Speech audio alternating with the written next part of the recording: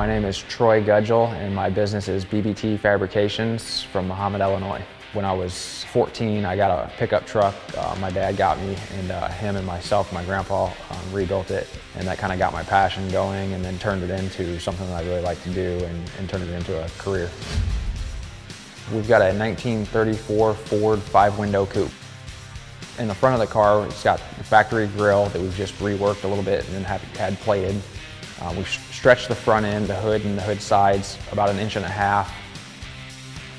For the power plant, we decided to go with a modern LS-based engine. It's a 427 cubic inch LS with a BDS blower and a 4-port Hilborn injection system on it.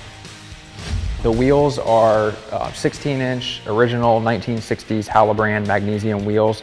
We polished them and then have just let them tarnish, and that's why they've kind of got the gold nickel look to them. It's got the faux Kinmont-style brakes by Walden Speed Shop, but there's actually a disc brake inside of them. We switched out all the latches on the doors to modern latches so the doors open and close nicely. All the sheet metal on the body pretty much has all been either reworked or it's new from about the belt line down, and then the top as well. Inside of the car, we built all the panels out of aluminum and then had Phil Cato with Cato's Custom Upholstery, stitched everything up and wrapped all the panels. We extended the dash on the car down to cover the air conditioning box, and as well as some of the other electronics, and then machined a new glove box door and had Dakota Digital build us a set of gauges. We also machined AC vents to kind of look period correct for the car. The seats all custom built to fit the car. It's got a quick release steering wheel for easy access, getting in and out. We machined the custom turn signal bezel. In the back, we've added a little belly pan on the back, replacing where the gas tank would be. It's got recessed tail light pockets up in it.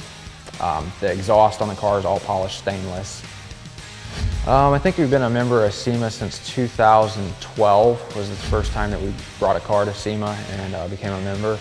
And then we typically like to enter something, if it's a high quality build, into the Battle of the Builders, just to kind of see what happens, to throw our name in the mix. I think it's good because it gives recognition to the builders. It also, obviously being on television, gives some exposure to the whole hot rod muscle car SEMA experience.